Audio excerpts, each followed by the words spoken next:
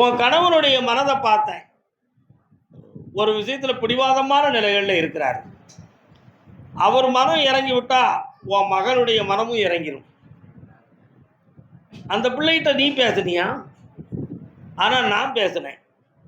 அவ மனத்தை பார்த்தேன். அவருடைய கண்டிஷனுக்கு நம்ம இப்போ போகக்கூடாதுன்னு முடிவு எடுத்திருக்கா.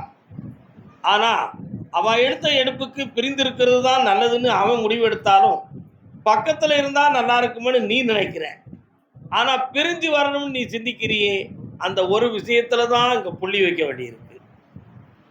ஒரு வாழ்க்கையை பிரிப்பது பாவம் இல்லையா? அதுக்காண்டி என் பிள்ளை என்னை விட்டு போனது பாவம் இல்லையா அப்படி நீ கேட்ப. உண்மையா இல்லையா? பிள்ளைக்கு எத்தனை வருஷத்துல தோண்ட தூக்கிட முடியும்? இருந்தாலும் அந்த மனநிலை எப்படி இருக்கிறத பார்த்து உன் எண்ணத்தை நிறைவேற்றினேன். கால் ஒன்றுவா.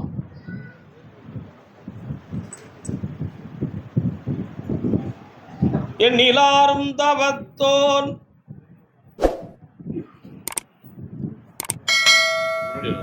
அந்த மனநிலைகளை பக்குவப்படுத்தி உன் பக்கத்துல தெளிவாக விடையை கொண்டு வந்தா போதுங்களா? வேற என்ன வேணும்?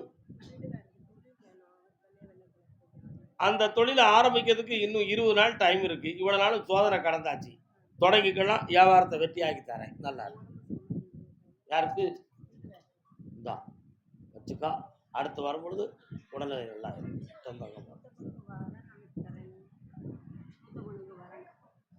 அமையுமே. கணக்கில் வரல, பார்த்து சொல்லு தைரியமா. கர்மசாமி, ஆமா அப்படியா? சரி, காட்டி பார்க்கிறேன். பழனி மலை எல்லை.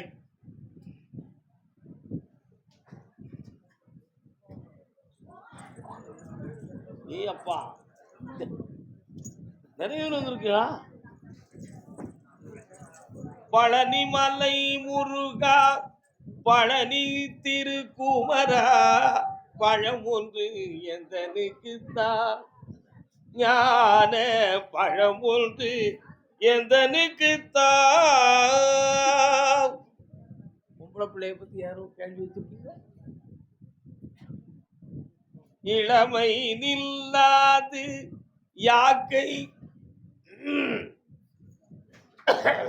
யாக்கை நிலையாது வளமையோ செம்மையோ பழம் ஒன்று தாராது. யாக்கைனா என்னதுமா? என்னது? இளமை நிலையாது. யாக்கைனா உடல். இந்த உடலுக்கு என்னைக்கும் இளமை இருக்குமா? இருக்காது. உள்ள எங்கப்பா இருக்கு?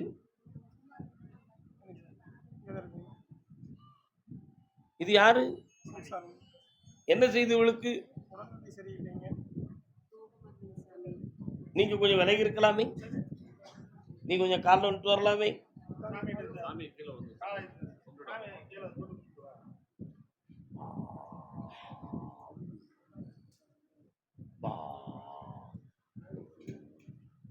பக்கத்துல வரலாம். நிமிர்ந்து கண்களை மூடி உட்கார். பார்க்க என்னையும் மட்டும் நினைச்சுக்கா உள்ளத்துக்குள்ள.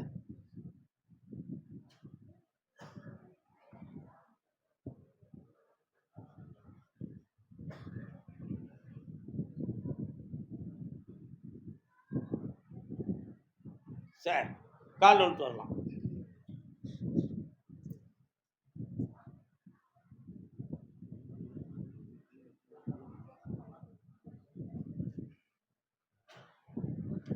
மூலாதாரத்திலிருந்து இந்த உச்சந்தலை வாயிலாக ஒரு வகையான அதிர்வு ஆற்றல் தலைக்கு மேல இருக்கிறத மாதிரியே ஒரு பிரம்மை இருக்கு. அந்த பிரம்மையில இரவில் தூக்கம் வராத உள்ள உளைச்சல், அப்படி விடிய விடிய முடிச்சுக்கிட்டே இருக்கிறது, எந்திரிச்சு உட்கார்ந்துக்கிடுறது. எதுக்கு நம்ம வாழுதோம் இந்த உலகத்துல, நம்ம செத்து போயிட்டா என்ன அப்படின்னு நினைக்கிறது. இது எங்கேயோ கொண்டு போய் நம்மளை விடுத அப்படின்னு உள்ளுக்குள்ளே யாரோ நம்மளை தூண்டுறத மாதிரி உள்ள ஒரு பாவனை, இதெல்லாம் உனக்கு இருக்கு கருப்பசாமி. இது யாரோ ஏவி விட்டதுதான், ஆனா இது இயற்கையானது இல்லை அப்படின்னு உன் உள்ளத்துக்குள்ள ஒரு குழப்பமும் இருக்கு. காலம் சரிதானே? இது சரியாக்கணும், அவ்வளவுதானே?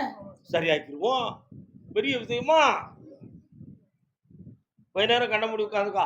நீங்கெல்லாம் சாமியை மட்டும் தான் சிந்திக்கணும், அவளை சிந்திக்க கூடாது. ஓகே,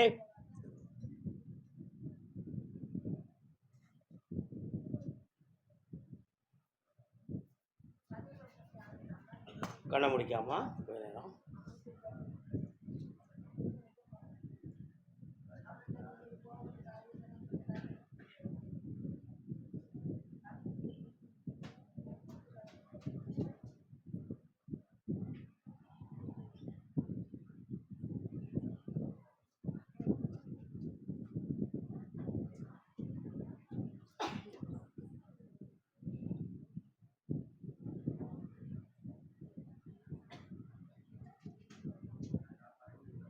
இந்தா இதை தேய்ச்சி குளிச்சுக்கலாம். ஒரு முறை காலைல வந்து கூப்பிட்டோம்.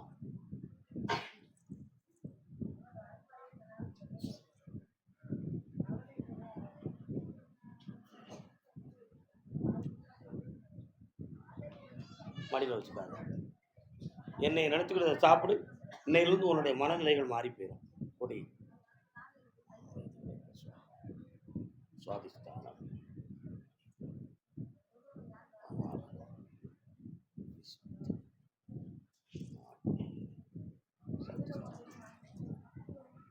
அடைபட்டு கிடக்க சுவாகா நமச்சிவாய். இன்னையிலிருந்து அடங்கிருப்பா. தைரியமா இருங்க. வரலாம்.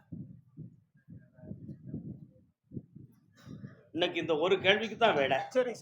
அடுத்து உள்ளது பின்னால பேசுறேன். வெற்றி உண்டு. கர்மசாமி என் தங்கை காளிக்கு பணி செய்யும் மனிதன். காலில் விழுந்து வரலாம்.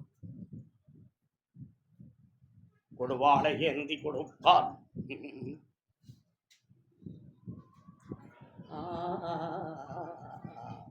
என்னப்பா வேணும் உனக்கு இப்போ?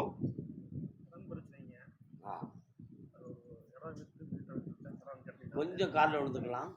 என்னன்னு கேட்குறேன். அம்மா நீ வாரிய என்ன விஷயம்? ஒரு விஷயத்தை மட்டும் சொல்லு பார்ப்போம்.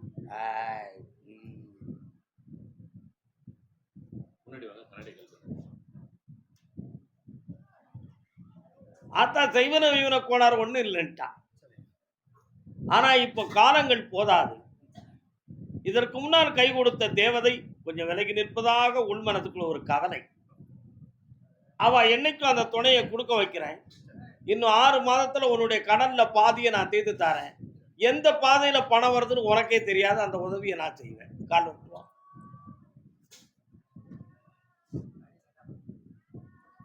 கர்மசாமிக்கு இப்படி வெற்றி உண்டு மகனே.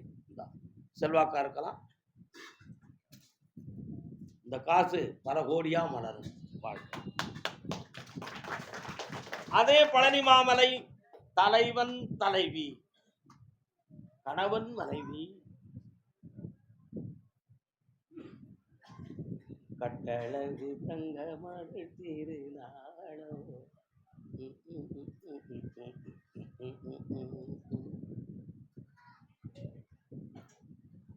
என்ன வேணும்?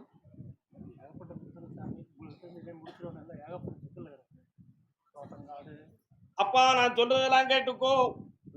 3 ஆண்டுகளுக்கு முன்னாலே விவசாயத்துல முற்றுப்புள்ளி வைத்து அதனால பலன் வராம நிறுத்தி வச்சாச்சு. ஓடுற வண்டிய ஓடாம கெட்டி வச்சாச்சு. புரியுதா? அதனால இடம் நமக்கு இருக்குமா இருக்காதா, கைவிட்டுட்டு போயிடலாமாங்கிற மனக்குழப்பம் தோன்றியாச்சு. அடுத்தவனார வந்துச்சா, சொந்தக்காரனார வந்துச்சு. இந்த பிரச்சனை எல்லாம் இதை தீர்த்து வைக்கணும். இருக்கிற மனையில ஒரு மனை கைவிட்டு போகக்கூடிய நிலைமை வந்திருக்கு. இதை மாத்தி தெளிவாக்கி தந்தா போதும்ல. காலில் ஒன்று வரலாம்.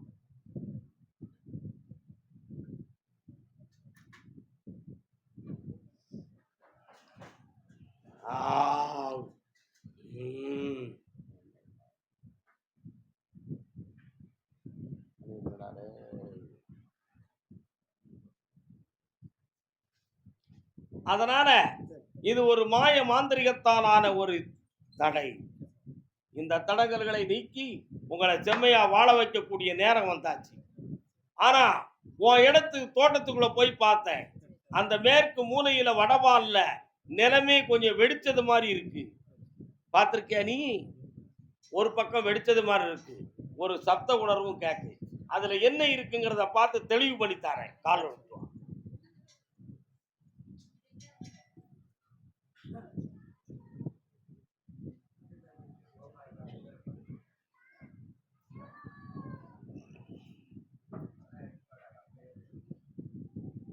இந்தா இந்த கனியை வீட்டுக்கு கொண்டு போ, ஜெயிச்சு தாரேன், பணமெல்லாம் வர்றதுக்கு வழிவகுத்து தாரேன், என்னை இருந்து பார்த்துட்டு போங்க.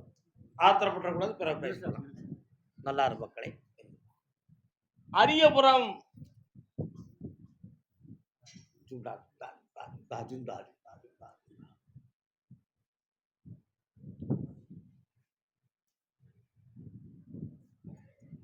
வீட்டு பக்கத்துல ஒரு அம்மன் கோயில் இருக்க. என்ன கோயில் தான் அது?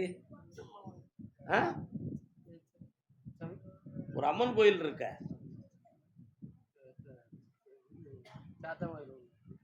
அம்மன் கோயில் இருக்க. இடதுபுறத்துல போனா ரயில் ரோடுல கிராஸ் பண்ணிடுவோம்ல.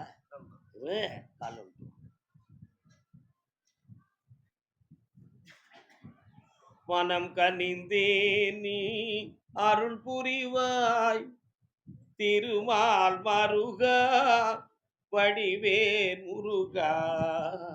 என்னப்பா வேணும்? இந்த வருஷத்துல அந்த பாக்கியம் இருக்கு. வார வெள்ளி போய் அடுத்த வழி உன் மனைவியை கூப்பிடுவான். முருகனே வந்து பிறப்பான். வெற்றிவேல் முருகனுக்கு ஆனந்தமடைவார். நேற்று ஒருத்தன் வாட்ஸ்அப்ல போட்டுக்கிட்டு இருக்கான், கருப்பசாமி நான் ரொம்ப தொழிலும் இல்லாம எங்க குடும்பம் ஒற்றுமை சேராம நானும் என் முன்னாட்டியும் அனாதையா இருக்கும் அப்படின்னு கேட்டு வந்தேன். ஆனா உன் குடும்பத்தையும் ஒற்றுமையாக்கி தாரேன், தொழிலையும் நல்லாக்கி தாரேன், உனக்கு வெற்றிவேல் முருகன் என்று பெயர் வைக்க ஒரு ஆம்பளை பிள்ளையும் தாரேன்டா அப்படின்னு நீங்க சொன்னீங்க. அதே மாதிரி என் குடும்பம் ஒற்றுமையாயிடுது, தொழில் கிடைச்சாச்சு, ஆம்பளை பையன் பிறந்தா வெற்றிவேலான்னு பேரும் வச்சாச்சின்னு போட்டுருக்கான். ஒரு வாட்ஸ்அப்ல இருக்கு. நேற்று தான் நானே பார்த்தேன். அத மாதிரி இவனுக்கு ஒரு வேல்முருகன் பிறக்க போறான். இவன் வேதனையெல்லாம் தீர்க்க போறான். நிலக்கோட்டை அந்த எல்லைக்குள்ள நான் கருப்பசாமி காளியோட காத்து இருக்கேன். நிலக்கோட்டையில நான் கருப்பசாமி இருக்கும்ல, கால் விட்டுவான். அள்ளி கொடுத்து வாழ்பவர் நெஞ்சும் ஆனந்த பூந்தோப்பு, நல்லவர் என்றும் கெடுவதில்லை, இது 4 மறை தீர்ப்பு, செய்த தர்மம் தலை காக்கும் தக்க தருணத்தில்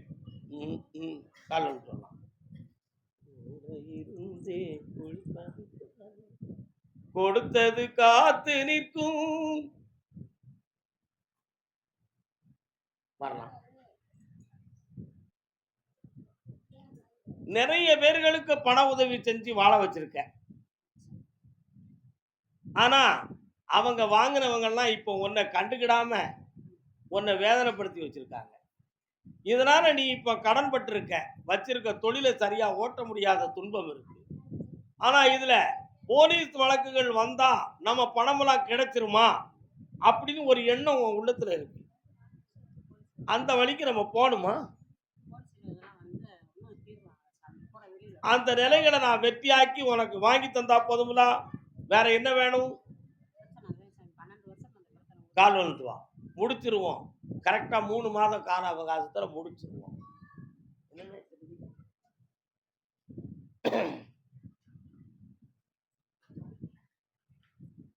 உனக்கு பணம் ஒரு 7 பேர்கிட்ட இருந்து ஒரு பல்க் அமௌண்ட்டை ரிட்டர்ன் பண்ணி தரேன். அது போக உள்ளவங்க எல்லாம் கொஞ்சம் கொஞ்சமா நான் தர வச்சு நீ யாருக்கு கொடுக்கணுமோ அவங்க விஷயத்தை நான் முடிச்சு தந்துருக்கேன்.